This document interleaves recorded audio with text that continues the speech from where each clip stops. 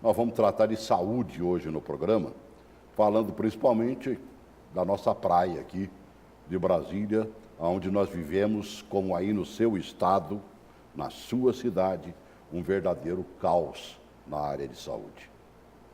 Uma fartura, farta tudo. E olha que dizem que já melhorou. Eu imagino como era antes. Vamos tratar desse assunto? Porque não vai faltar agora, dos nossos políticos, aqueles que vão jurar de carteirinha que vão corrigir sanar esse problema.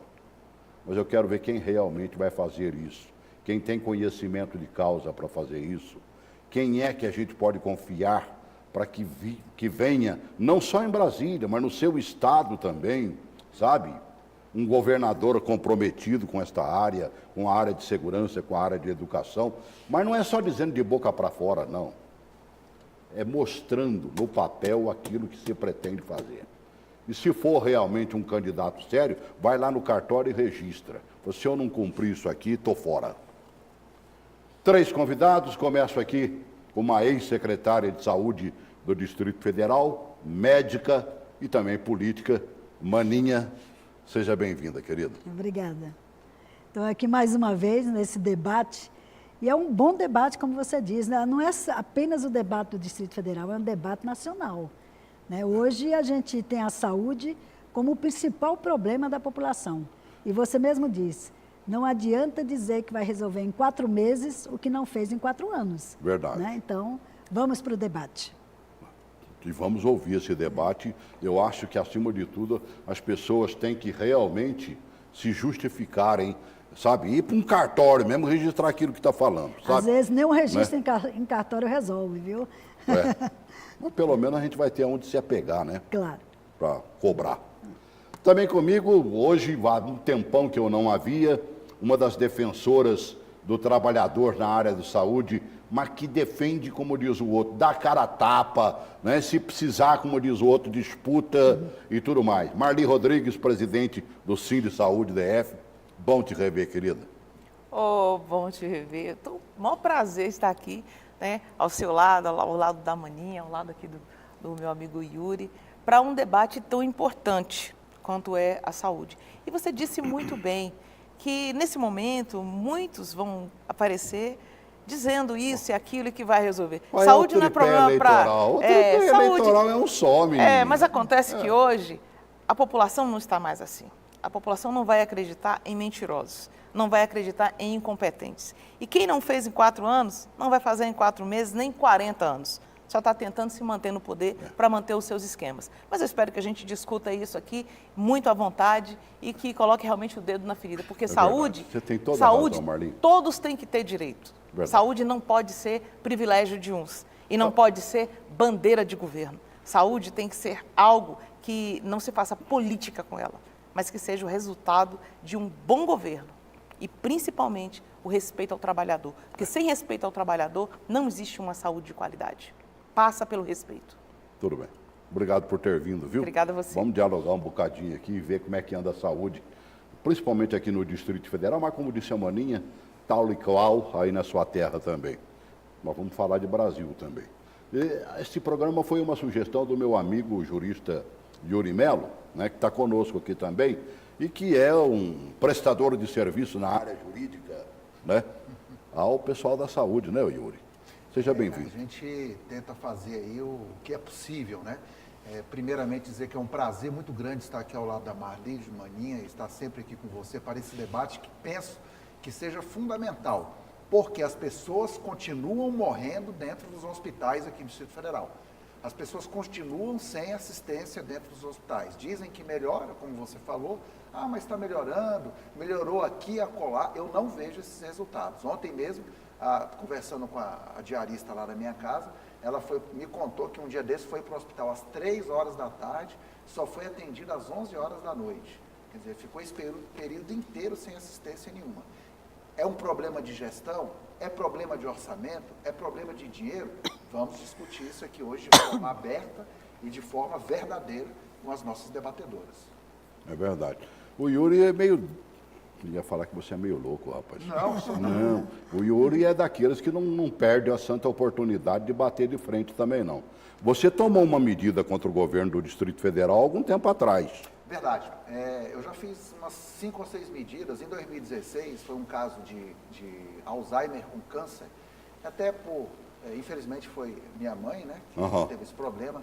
E nós necessitávamos de um remédio na farmácia de alto custo aqui do Distrito Federal. Era rivastigmina. É um remédio para pessoas que reduz os sintomas da pessoa com Alzheimer. Por incrível que pareça, esse remédio, naquela época, já estava em falta há mais ou menos uns 7, 8 meses.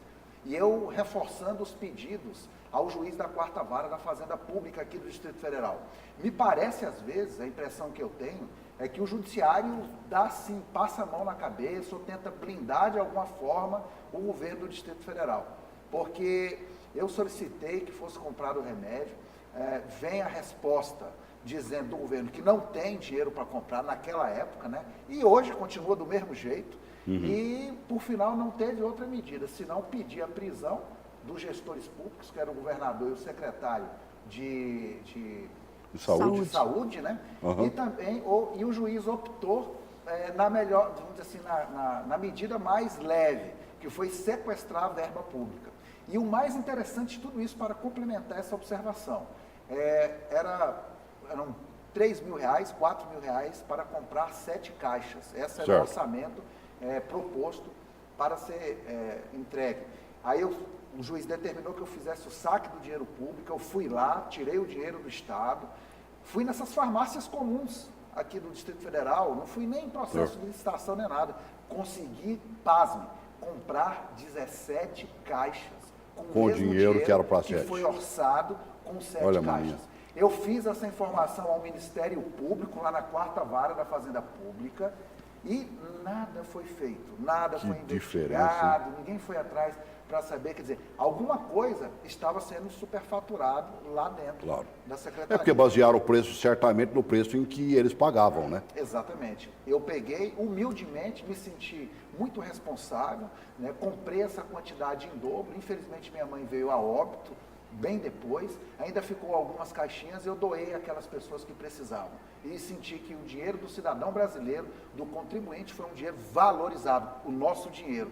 E olha que eu não sou nem da área para fazer essa pesquisa. Verdade.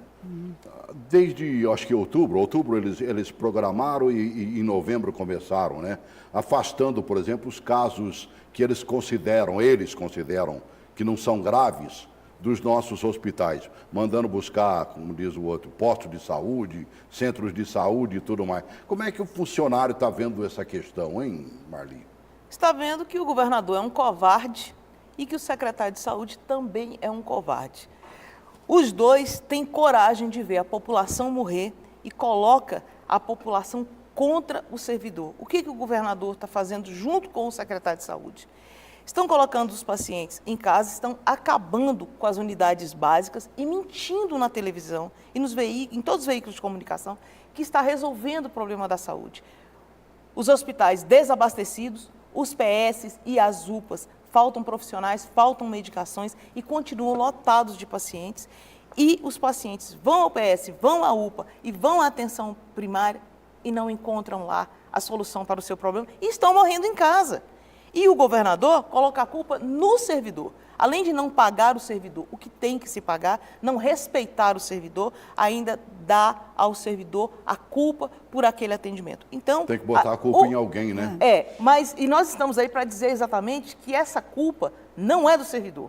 Essa culpa é só do governador. Foi o governador que foi eleito. Foi o governador que ele é o responsável pela saúde pública. Quem responde é ele. Se o secretário é incompetente, foi ele quem colocou. Se a saúde não funciona por interesse dele e de toda a sua equipe. E essa situação ela precisa ser discutida aí profundamente. O doutor Yuri trouxe aqui um exemplo, né, que é um exemplo pequeno. Você vê que no hospital de base, os equipamentos estão parados, que foram comprados milhões. Estão parados até hoje. Nenhum governo resolveu isso. E a população sofrendo e o servidor sendo colocado aí como um para-choque. Isso é muita covardia. O anteparo, né? Saudade da saúde em casa, hein, Maninha? Você já vai comentar isso aí, né? E tentar tirar um pouquinho dessa nossa saudade aí. Deixa eu atender o Francisco. Claro. Oi, Chico, boa tarde. Alô? Boa tarde, Celso. Diga, irmão. Boa tarde. Boa tarde. Boa tarde aí para os militantes. Pois não? Quero falar para você, Celso, o que ela está falando aí é verdade. O homem vai para a TV mentir, falando que a saúde melhorou, botando gente para falar mentindo. O secretário também. Hoje eu fui lá no hospital, hoje eu estive no hospital daqui de Santa Maria, Celso. Sim. Não faz exame. Eu fui fazer um exame de urologia. Aí eu fiz, aí o médico me passou uns exames. Sim. Eu fui lá na outra entrada para me marcar o exame. Eles falaram, não, aqui não faz mais não. Você vai lá para o posto de saúde. Pois é, Marli. Antigamente, se eu fazia esse exame de próstata, Sim. tudo era resolvido no Hospital de Santa Maria. Hoje eles estão empurrando nós para o posto de saúde. Você chega no posto de saúde, só tem 15 fichas. Então nós vamos morrer. E quando tem médico, né, Chico? Porque a saúde aqui não está com nada. Não tem médico. É. Complicado, Chico. A gente lamenta profundamente. Eu queria, Viu? Celso, que o governador, mas a turma dele, fosse passar um dia ali dentro do Hospital de Santa Maria para ele ver o que é bom para tosse. Eu queria que ele fosse lá com os filhos dele, a esposa. Sabe quando ele vai lá? Como é que tá a situação. Chico, olha, eu lamento profundamente. Está na hora da gente mudar essa história. Eu não sei de que maneira, né? Mas tem jeito, sei lá. Será que entre 9 candidatos, Isalci agora não é mais candidato, agora caiu de 10 para 9, né? Então, será que nós não vamos achar um que seja da área de saúde? Deve ter, não tem? E tem. Olha, Celso, eu ouvi aqui as duas argumentações, tanto da Marli quanto do nosso advogado. Eles falaram de 2 temas que na saúde se tornou corriqueiro. A judicialização, todo mundo buscando a justiça para ver se consegue alguma coisa, e a defesa dos nossos servidores. Eu estou chegando nesse exato momento do Hospital do Guará e do Centro de Saúde do Guará, Marli. Levei um susto, porque há algum tempo eu não entrava naquelas unidades. Acabaram absolutamente sem profissionais e sem condições de atendimento à população. O Francisco diz levar o governador para ele ver o que é bom para tosse, e eu digo para o Francisco que ele vai sair com a pneumonia, porque nem remédio para tosse ele vai achar lá dentro. Não tem, nem xarope não tem. Nem xarope para tosse tem. Barbaridade. E a gente vê o seguinte, a Secretaria de Saúde, ou a saúde do Distrito Federal, era uma saúde de boa qualidade. Marli se lembra quando a gente dizia que não era necessária a Ponte Rio-São Paulo, porque aqui a gente fazia um atendimento de todas as nossas doenças, desde cirurgias cardíacas, tudo. Hoje, nós temos o seguinte, uma total desorganização do sistema.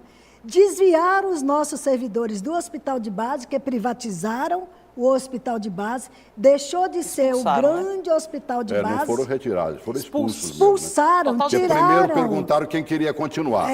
Achei até bonito. Não quero, vou para outro lugar, né, mas tirou. eu quero. Agora, quem eu quero e chegar lá e... Eu encontrei um cardiologista do hospital de base, dos velhos tempos, desviado para o hospital de Taguatinga. Não é que o hospital de Taguatinga seja o pior ou melhor, mas ele era do hospital de base, da unidade do hospital de base, e saiu contra a vontade. Centro cardiológico de primeira, né? Centro cardiológico, neurocirurgia, os nossos melhores residentes de neurocirurgias foram formados no hospital de base. Então, o que faz ciência? Faz ciência, quaternária. Então, Celso, desorganizou-se o sistema. Essas ações básicas que o Rodrigo implantou, isso não é ação básica, isso não vale absolutamente nada. A UBS não tem o dentista, como tinha no programa Saúde em Casa. O médico de família nosso foi treinado, Marli se lembra, continuadamente. Nós tínhamos uma equipe que tinha até dentista. Você chega numa UBS, ela está dentro do centro de saúde. O centro de saúde já retiraram o atendimento dele, era um ótimo centro de saúde. E os hospitais... não tem nada. Fecharam a pediatria do Hospital do Gama. Marli era do Hospital do Gama. Um grande hospital que atendia um entorno, modelo. Fecharam a pediatria do Hospital do Gama. É um É o entorno crime. sul sem pediatria. É o entorno sul Quer dizer, sem você pediatria. fechou ali para 30%, quase 40% da população. Porque vem o pessoal do entorno, o pessoal de Santa Vai Maria, ser o próprio atendido pessoal aonde? do Gama. Vai ser atendido aonde? Então, eu quero aqui endossar o que os dois disseram. Saúde é um direito constitucional, seja aqui, seja no país inteiro. E o que está se fazendo hoje com a saúde é um crime. É um crime. Você tem os pacientes da oncologia, porque câncer não espera. Cada dia que você não atende é um dia menos na vida dele. Você não consegue dar tratamento a esses pacientes.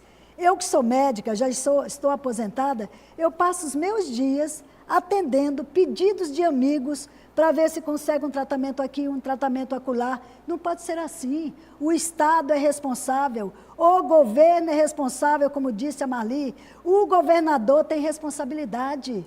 Não podemos isentá-lo disso. E tem solução. O pior é isso, tem solução. Mas qual é a solução, Marli? Primeiro, fora Hollenberg. Para começar, é isso. Fora. Porque o mal tem que ser cortado pela raiz. Não se pode permitir que se continue no Palácio do Buriti, comandando Brasília, essa cúpula do Senado que lá está. Hollenberg não tem compromisso nenhum com Brasília, muito menos com a saúde, porque não conhece, porque nunca frequentou um hospital público, nunca pegou um ônibus, não sabe o que é. Tem a coragem, a cara de pau de ir para a televisão dizer que a saúde está mudando, que arrumou a casa. Só que saúde não pode esperar a casa ser arrumada, não. Saúde dói agora. Só não está doendo porque não está doendo nele.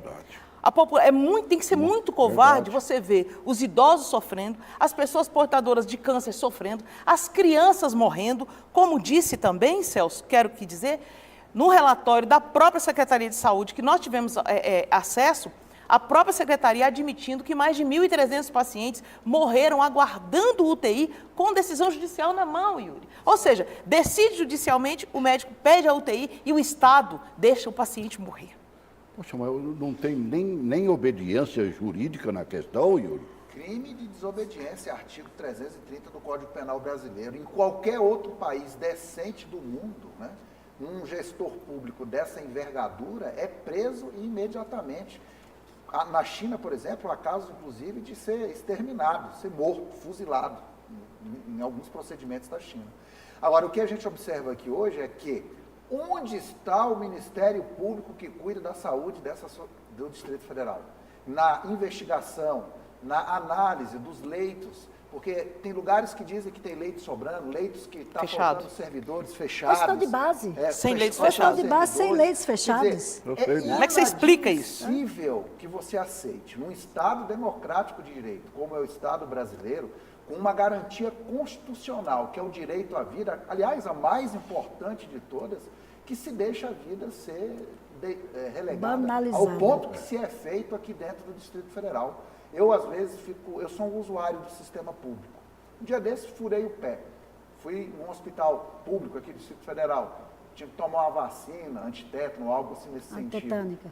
Uma antitetânica. Cheguei lá, não tinha uma vacina básica. O médico olhou para mim e falou assim, olha, vamos aguardar para ver se chega uma, não sei de onde. Aí eu fiquei 3 horas no hospital para tomar essa antitetânica. E olha que o médico foi bonzinho com você, né? E muito educado, por sinal.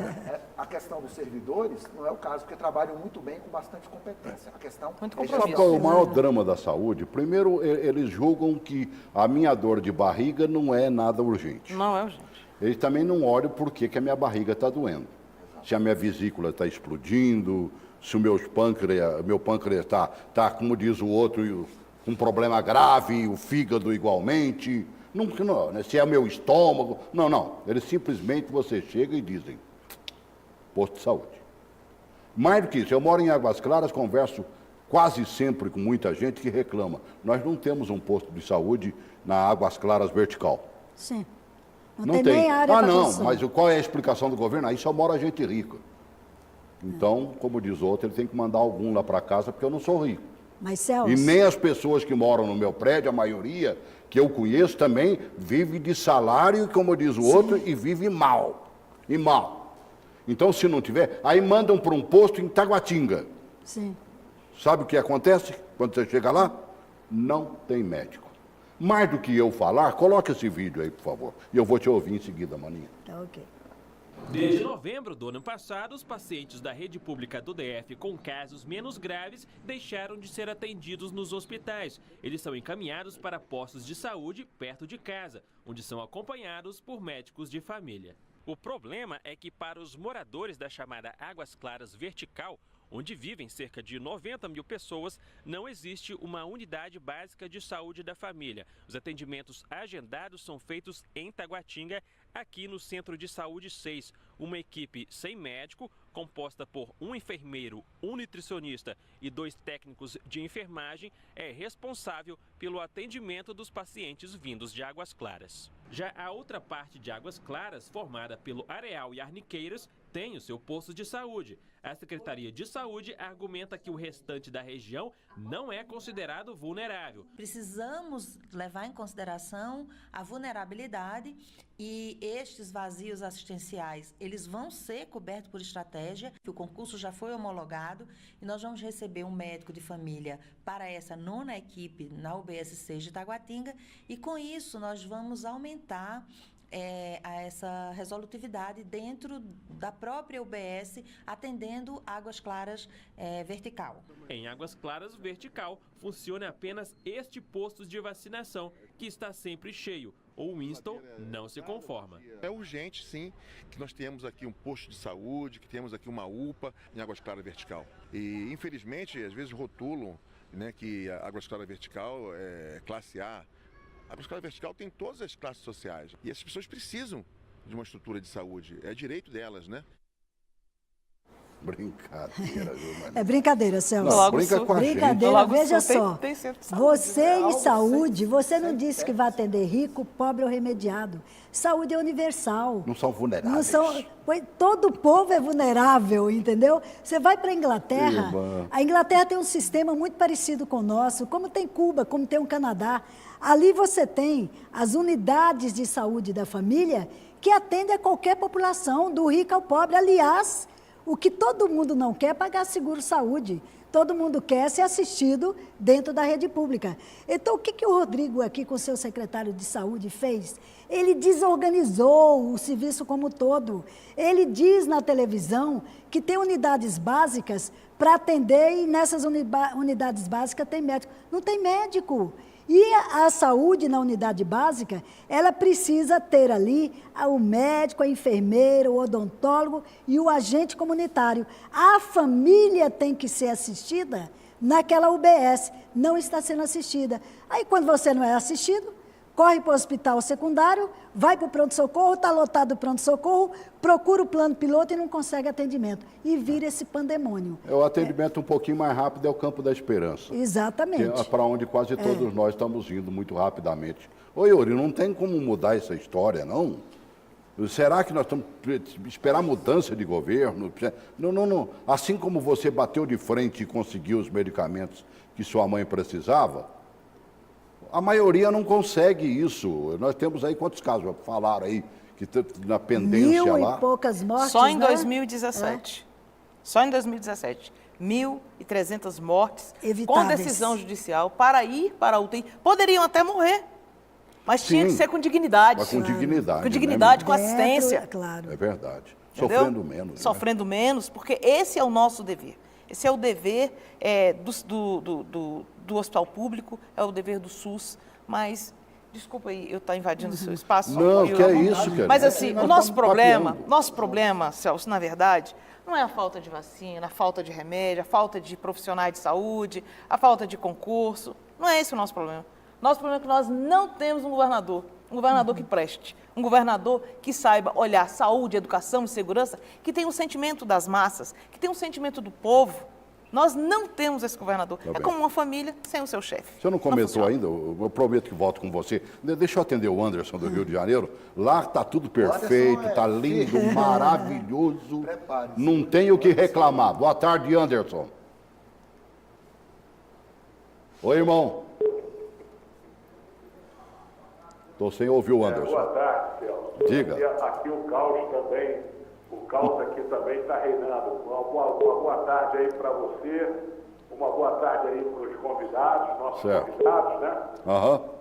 Aqui tá uma maravilha. Aqui é o caos total. É o caos da saúde, é o caos da segurança, né? É uma situação assim terrível. Mas quando eu vejo falar sobre saúde e essa estatística de mais de 1.000 pessoas morrendo aí no Distrito Federal por falta de atendimento, né? Aham. Eu me faço uma pergunta.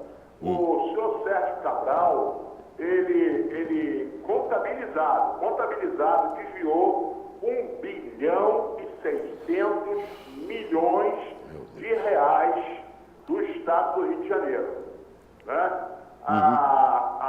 Contabilizados, a nossa corrupção contabilizada em 10 anos deu mais de 1 trilhão de reais. Mais de 1 trilhão de reais em 10 anos.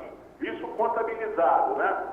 Eu pergunto se essas pessoas, se o Sérgio Cabral e essas pessoas que desviaram dinheiro, se elas não teriam que ser julgadas por homicídio, por genocídio. Eu acho que o crime é genocídio. Eu acredito nisso. Tá bem, Anderson. Caiu a ligação? Não, concluiu. É, É concluiu. uma tristeza. Não. Obrigado aí por ter me ouvido aí. Nada, que é isso. Eu sinto alegria quando ouço que é você que está no telefone. Você está sempre embasado. E a resposta é tua agora para você.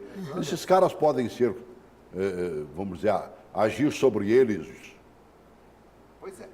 em termos de Anderson, justiça? Celso, Marli, Maninha, eu estou saindo desse programa aqui hoje me sentindo discriminado.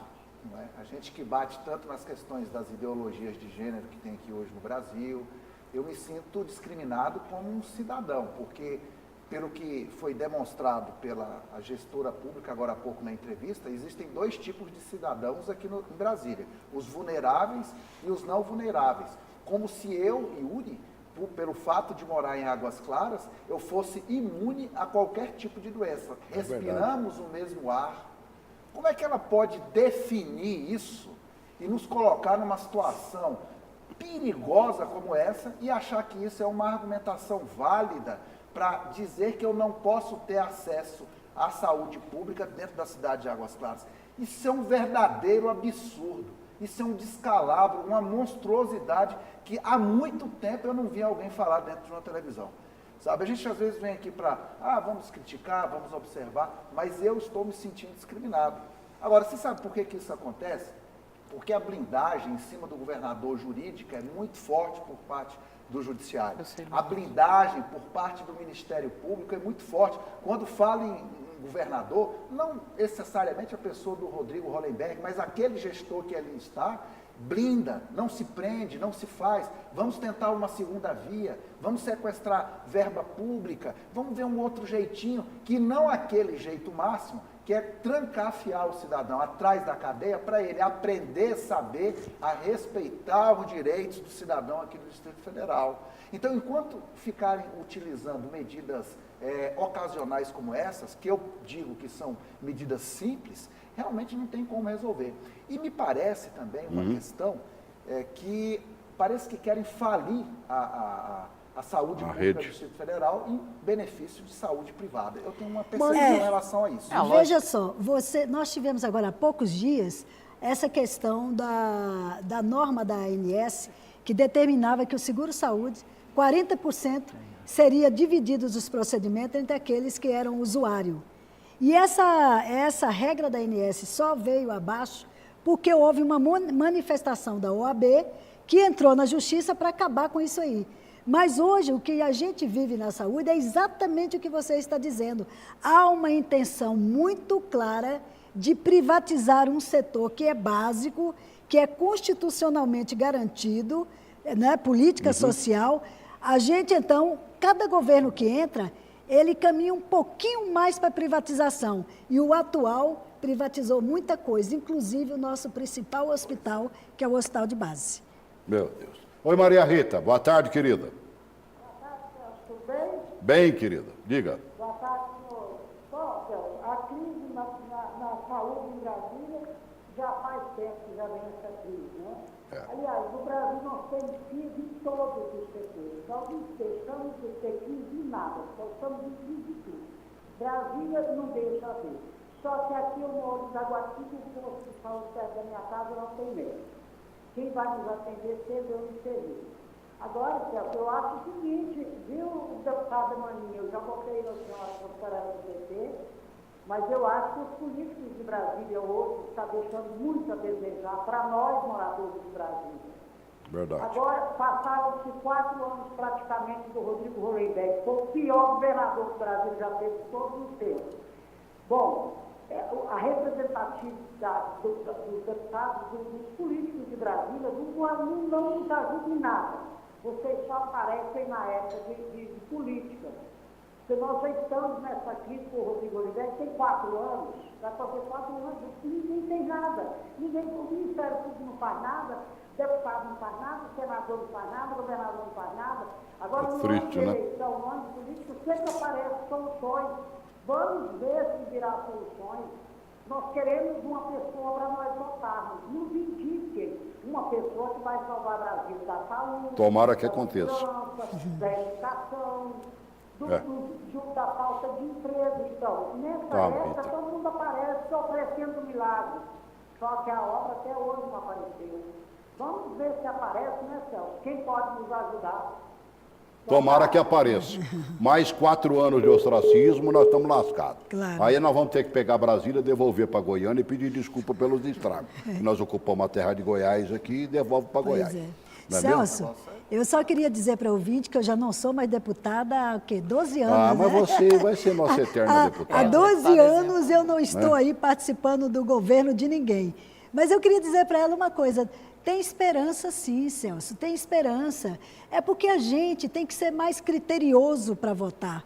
O eleitor tem que saber escolher em quem vota. É verdade. Não adianta ser o vizinho, o amigo, etc. Vamos ver a ficha corrida, né?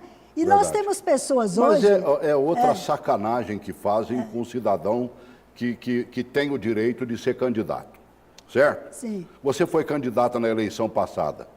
Qual o tempo de televisão que você teve para botar a cara no ar e todo mundo te conhece em Brasília? Pois 6 segundos. Para saber que pelo menos que a Maninha era deputada. Pois é. Nesse momento, você está candidata a deputada.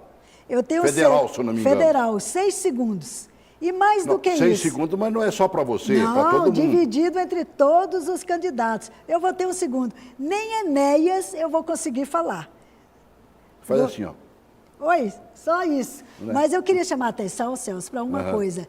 Além disso, nós temos esse sistema de coligações que você vota em A e elege B. Você está elegendo pessoas que você não sabe nem quem é. Eu não acerto um tiro, menina. Pois é. E mais eu atiro num e acerto no outro, menina. E tem mais. Essa desesperança da população, a gente precisa transformar essa desesperança no ato de votar. Não deixe de votar, porque qualquer candidato a governador ou governadora pode ser eleito por 2 votos, 3 votos, 4 votos, se você não votar. E olha, tem esperança sim. Nós temos pessoas da área de saúde que conhecem saúde como ninguém, que serão candidatos a governadora. Ele não desistiu? Ele desistiu, mas ela continua. Quem é a ela? Fátima Souza, uma professora da Universidade de Brasília. É verdade. Ela é responsável enfermeira, pela área de saúde exatamente, coordenadora de todos os cursos de saúde da Universidade de Brasília. Verdade. Vai ser candidata, quem sabe, ou vamos observá-la, né? Tá bem, né? Marli. Eu gostaria de discutir um pouco mais, debater um pouco mais aqui com os meus colegas, em relação à terceirização da saúde. Isso é um dos problemas mais graves que nós vivemos. Por quê? O governo precariza, ele sucateia, ele vê as pessoas morrendo para dizer, não tem mais como, vamos terceirizar. O que está acontecendo com o hospital de base, gente, isso é muita falta de responsabilidade. De vergonha, né, Maria? Olha, vergonha eu nem digo, que talvez o governador e a sua equipe não saibam bem o que é isso, o que é vergonha. Mas nós sentimos vergonha. Imagine, Celso, os servidores, eles foram chamados pelo governo, que é um governo sem palavra. Vocês querem ficar ou vocês querem isso? O secretário disse, está gravado. E aí, quando eles assumem, eles chamam os servidores e tiram do hospital de base. imagina a quantidade de servidores que tem 30, 35 anos dentro do hospital de base e prestam serviço ao hospital de base. Conhecem o hospital de base. Retiraram para colocar outras pessoas que não são pessoas aí concursadas para o hospital, para o serviço público de saúde. Não são, são para o instituto. E aí eu quero chamar a atenção dos usuários que precisam se pronunciar e também quero chamar a atenção dos funcionários que ainda ficaram no hospital de base, para observarem bastante qual o comportamento do governo em relação ao hospital de base. O hospital de base é uma máquina de ciência, mas pode virar uma máquina para outras pessoas ganharem dinheiro enquanto o povo está sofrendo. Imagina você, Celso, que no laboratório, por exemplo, tiraram todos os servidores do laboratório. Pegaram uma pessoa, me dá licença, João Eudes, eu vou ter que falar. João Eudes, ele é um bioquímico, que ele foi de férias, foi transferido do hospital de base para um trabalho burocrático, uma mesa, tirou um profissional de trás do estetoscópio, que fazia exame no laboratório e colocou na corregedoria. Ministério Público, peraí, não tem alguma coisa errada com isso? Como é que você pega um profissional desse, com uma qualificação dessa, e você coloca para ficar sentado numa mesa com papéis empoeirados? Gente, isso não está certo. O profissional de saúde, ele trabalha na saúde. E aí, esse profissional, ele precisa voltar ao hospital de base, ele precisa trabalhar. E nós precisamos discutir um pouco mais sobre essa questão da terceirização, a quem está favorecendo. Por quê? O que nós vimos? Cada dia que passa, menos servidor público, porque no fundo, Celso, quem segura mesmo o serviço público de saúde, o serviço bruto mesmo, é o servidor público. Concursado. É ele que segura, é o concursado. Por quê? As empresas, quando o governo não as paga, elas vão embora e deixam aí. TV Brasil fez um vídeo no Repórter DF que me chamou a atenção. Já faz uns dias, eu até procurei lá e acabei achando, a situação das grávidas no momento. Com essa história de elas terem que ir para os postos de saúde, quase sempre elas são mandadas para outro lugar. Então, a TV Brasil pegou um caso específico de moradora próxima de São Sebastião, que mandaram ela para um posto de saúde em outro lugar e ela, para ter bebê, teve que vir para a Asa, tem que ir para a Asa Norte. Está acontecendo, tudo isso, sabe, são medidas esdrúxulas, sem pensar na vida daqueles que necessitam. Medida de quem não conhece. Principalmente na vida daquele que ainda está chegando agora e já nasce mal cuidado, pelo amor de Deus. Coloca aí, por favor. Ana mora neste condomínio entre o Jardim Botânico e São Sebastião. Ela está no período final da gestação e já se prepara para a chegada do bebê, mas não consegue agendar o procedimento na Casa de Parto de São Sebastião, referência em partos humanizados no DF. Uma portaria da Secretaria de Saúde determina que as grávidas só podem dar à luz em hospitais regionais onde fizeram o pré-natal. A norma é de 2014, mas teria começado a ser aplicada há pouco tempo com o novo modelo de assistência à saúde adotado pelo GDF em outubro do ano passado. Apesar de morar bem perto do posto de São Sebastião, Juliana foi encaminhada para uma unidade de saúde no Lago Sul. Portanto, de acordo com a regra, o parto deverá ser feito no Hospital Regional da Asa Norte, o Agarram. Em tese, a gente teria acesso porque moramos na região leste, só que não tem a atenção básica ainda para toda a região leste. Então, a gente vai ter que, a referência que foi nos dado foi o Agarram, que é o Hospital da Asa Norte, que fica a uns 30 quilômetros daqui de casa, né? Enquanto a casa de parto fica a 10 minutos. Em nota, a Secretaria de Saúde confirma a norma e diz que não há equipes suficientes de atenção primária em São Sebastião para atender toda a população local. Eu queria um parto com o mínimo de intervenção possível, né? De preferência não num ambiente hospitalar, que é o que a Casa de Parto oferece. Não tem sentido ter que ir até a região norte para poder ter assistência ao parto. O que a gente espera é que o mínimo de organização dentro da atenção à saúde no DF seja, né, nos garanta esse direito. O parto foi feito quando você era secretária, Exatamente, eu era secretária, fizemos aquela casa de parto, queríamos uma policlínica do lado, não conseguimos fazer, mas isso mostra a contradição. Paciente que não é uma paciente, é uma mulher grávida, que quer um parto normal numa casa de parto que permite ao Estado economizar dinheiro e ela é mandada para dentro de um hospital, talvez para ser submetida a uma cesárea. Da casa dela, a 10 minutos. minutos. A Marli falou... Ela vai ter que vir para o agarrão, vai andar 40 quilômetros no mínimo, né? E a Marli tocou nesse ponto da terceirização, Celso. Eu só queria complementar. A terceirização é a porta de entrada da corrupção. Aliás, os exemplos de terceirização no país inteiro mostram que não dá certo e que o superfaturamento está presente na compra de tudo. Então, hoje, por exemplo, nós não temos mais lavanderia que está terceirizada. Tudo. Nós não temos mais laboratórios que está terceirizado.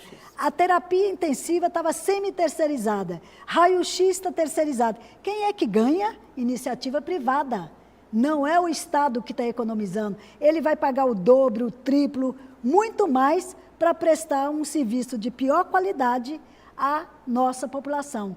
Então, a gente precisa prestar atenção nessas coisas e, mais do que isso, os nossos conselhos de saúde, que têm os nossos representantes, têm que estar atentos para fazer aquela judicialização necessária e impedir atos que o governo possa cometer que vão refletir na própria assistência. Vou fazer uma pergunta para ti, Maninha. Em algum tempo, algum governador te buscou, pelo menos para pedir uma orientação sua, para dizer o que é que a gente tem que fazer para voltar nos áureos tempos que funcionava? Essas coisas são assim, quem assume um governo não está assumindo o Estado, assume o governo dele. As experiências que estavam dando certo não interessa. Acaba se vamos implantar o que a gente acha... Há quanto tempo eles tentam copiar o saúde em casa, aliás, né? virou proposta de campanha, você se lembra disso? Eu me lembro disso. Quando esse governador assumiu, lá muito distante, me consultaram alguma coisa, se poderia ajudar.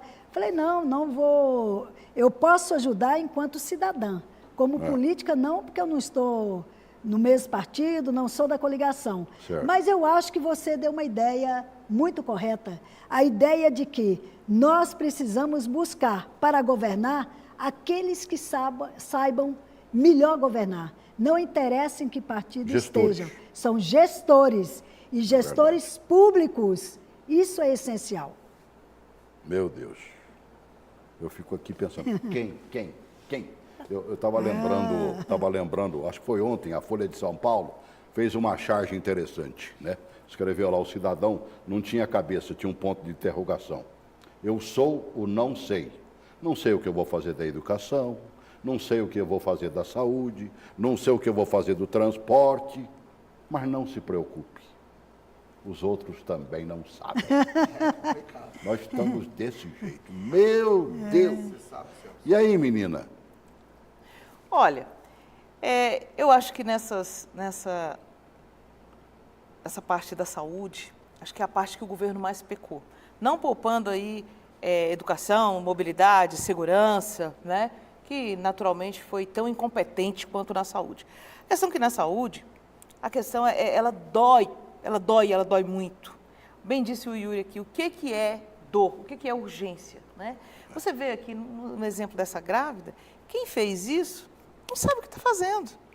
Não tem ideia, não é povo, não frequenta, não é servidor. Aí surgiu na cabeça dele que tem que ser assim, igual o secretário de saúde. Tem que ser assim, ele fez um modelo que não dá certo, atrapalhou a vida de todo mundo, atrapalhou a vida do servidor, confundiu o paciente e deixou o paciente sofrendo. Ora, quando a gente fala de saúde, a gente fala com muita seriedade, Celso, por quê? Uma dor de ouvido, ela pode até não ser uma emergência, desde que não seja no seu ouvido. Porque se for no seu ouvido, ela é emergência. Ela é dói emergência. Mais do que o secretário de saúde, ele esbanja simpatia dizendo que a saúde da família, é apaixonado pela saúde da família, que todo mundo sabe que ele é apaixonado, sempre trabalhou na saúde da família. Todo mundo sabe disso, né? Tá, eu sei. Só que não, né? E aí, o que acontece? Essas pessoas, essa ideia que ele vende é uma ideia bonita. Só que enquanto isso é trabalhado culturalmente, isso é uma questão de você trabalhar a população e colher esses frutos, demora um pouco, Maninha sabe disso? Os hospitais têm que funcionar, as emergências têm que funcionar, o povo não pode ficar, não pode desistir, a pessoa chega, olha para uma UPA, não tem profissional para atender, vai para o pronto-socorro, não tem profissional para atender, ele vai para casa sofrer e morrer em casa. É o que tem acontecido. E isso não pode ser encarado, né? Isso não pode ser encarado como uma coisa natural, Yuri, uma coisa normal. Isso tem que parar. Eu me lembro que no tempo do Saúde em Casa, eu fui fazer uma reportagem numa casa de uma senhorinha que estava precisando de um colchão d'água, né? Estava já com escoliose, as coisas nas costas e tudo mais. E eu me recordo, falei assim, a senhora está precisando de colchão d'água, não sei o quê, E o programa Brasil Urgente conseguia tudo, graças à mão estendida do povo de Brasília, né? E aí eu perguntei para ela, o que mais que a senhora precisa? Remédio? Não. Isso eu não preciso nada. Uma vez por semana, 2 vezes por semana, num dia vem o médico, no outro dia vem a enfermeira, traz os medicamentos, me dá a injeçãozinha que eu preciso e tudo mais. Não preciso de nada, meu filho. Eu só quero o colchãozinho para parar de sentir a dor nas costas. Só isso. E a Marli disse uma coisa, Celso. Você tem que tirar a roda do carro com o carro andando.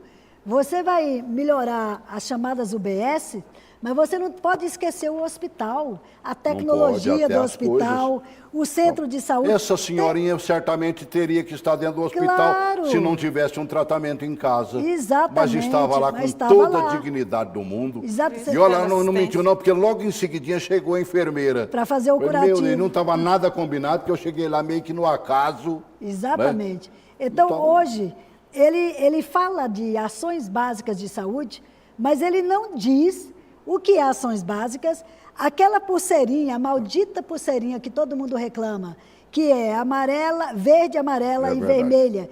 Eu cheguei numa UPA, estava lá um paciente todo cheio de pintinhas de uma alergia, me conhecia e disse assim, olha aqui, eu estou com a pulseirinha verde e eles disseram que não vão me atender. Não se pode fazer isso, gente.